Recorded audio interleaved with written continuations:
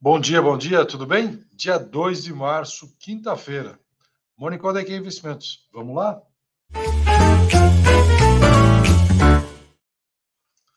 Bom, começando aqui o nosso Morning Call e falando dos mercados ontem. Né? Ontem foi um dia, lá fora basicamente refletiu os dados de atividade. A gente teve a divulgação de PMIs dos Estados Unidos. Eles vieram, a gente vai falar com um pouquinho mais de detalhe deles ali na frente, mas eles vieram ainda fracos, mas com um subíndice de preços ruim, e o mercado claramente não gostou. Tem a perspectiva de continuação de mais alta de juros pelo FED. De toda forma, a gente vê aqui o S&P e o Nasdaq caíram, os Treasuries subiram, o Treasury de 10 anos chegando perto de 4%. Fazia tempo que não estava por aqui. Mas, estranhamente, o câmbio voltou um pouquinho. Aí, normalmente, quando a gente tem alta de juros, o câmbio acompanha e o dólar se fortalece. Não foi o que aconteceu. Aqui no Brasil, o mercado é até uma certa coincidência, mas é por motivos diferentes. O mercado tem duas grandes tendências influenciaram ontem. De um lado, a gente teve resultados de empresas bastante complicadas. A gente teve um resultado de Ipera, a Hapvida, que foi bastante mal recebido pelo mercado, muito ruim. A empresa caiu bastante, a ação caiu bastante. E, além disso, ainda o reflexo daquele aumento da taxação. Aumento não, né? Estabeleceu-se a taxação sobre as exportações de petróleo bruto. Por outro lado, o setor de siderurgia e mineração estava refletindo ainda dados muito bons que estavam vindo da China. Então, no cômputo geral, o Bovespa não conseguiu se livrar, acabou ficando 0,5%, mesma coisa que o S&P, de queda, mas vocês veem que não foi só o Bovespa, o Small Caps, que é o índice menos concentrado, até caiu a mesma coisa. Tá? Os juros subiram, principalmente na parte longa da curva, a gente vê aqui que o DI 31 colocou quase 20 bips aqui, quase 20 basis points na cotação.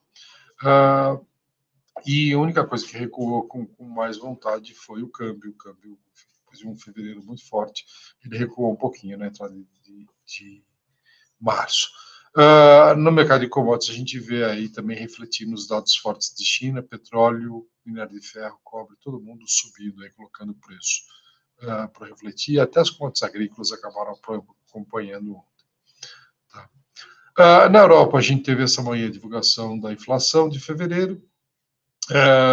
Os dados não vieram bons, não tem nada de muito para comemorar, vieram acima da expectativa. O detalhe é o seguinte: quando a gente vê os dados na parte do preço cheio, da inflação cheia, a gente já vê uma certa tendência, enfim, já passou do ponto de inflexão, ele já está voltando, continua num nível muito alto, mas ele já está voltando. Mas os dados da inflação do core, né, do núcleo da inflação, continuam muito ruins. Ele continua acelerando, não fez ponto de inflexão ainda, o que significa que o Banco Central Europeu vai ter muito trabalho ainda pela frente. Tá? Aqui o dado que a gente falou lá nos Estados Unidos, os dados de PMIs, né, que são os indicadores de atividade industrial, acima de 50 significa expansão, abaixo de 50 significa contração.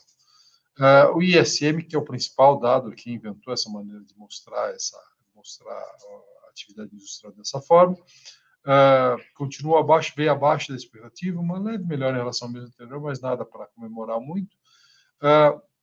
E o detalhe é o seguinte: entre os subíndices que compõem esse índice geral, tem um índice de preços, e o índice de preços veio acima de 50, o que significa que a gente está vendo preços ainda em elevação, que é tudo que o mercado não queria ouvir a essa altura do campeonato. Por isso, o reflexo ruim.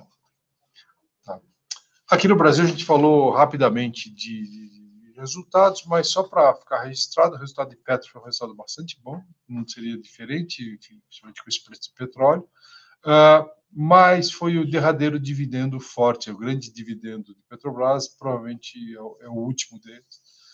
Tem até uma possibilidade desse dividendo ser um pouco menor se um plano de investimentos for aprovado pela Assembleia. Vamos ver o que eles vai ser apresentado. Pode diminuir em 6,5 bi, tá? Desses 35,7 bi que foram declarados. De qualquer maneira, muito provavelmente a gente vai ter mudanças nessa política de dividendos de Petrobras e a Petrobras vai pagar menos dividendos e vai reter mais capital para investimentos. E agora, pela manhã, um pouquinho antes da gente entrar aqui para gravar, o PIB de 2023 saiu 2,9 para o ano fechado, trimestre contra trimestre 1,9, quarto tri contra quarto tri, e no trimestre contra trimestre, mostrando aí um enfraquecimento, uma diminuição de ritmo aí, e a gente vê isso com bastante clareza aqui, como o ritmo diminuiu aqui no finalzinho do ano. Tá bom? Era isso que a gente tinha para hoje. Um forte abraço a todos. Amanhã a gente volta, sexta-feira, para encerrar a semana. Até mais. Tchau, tchau.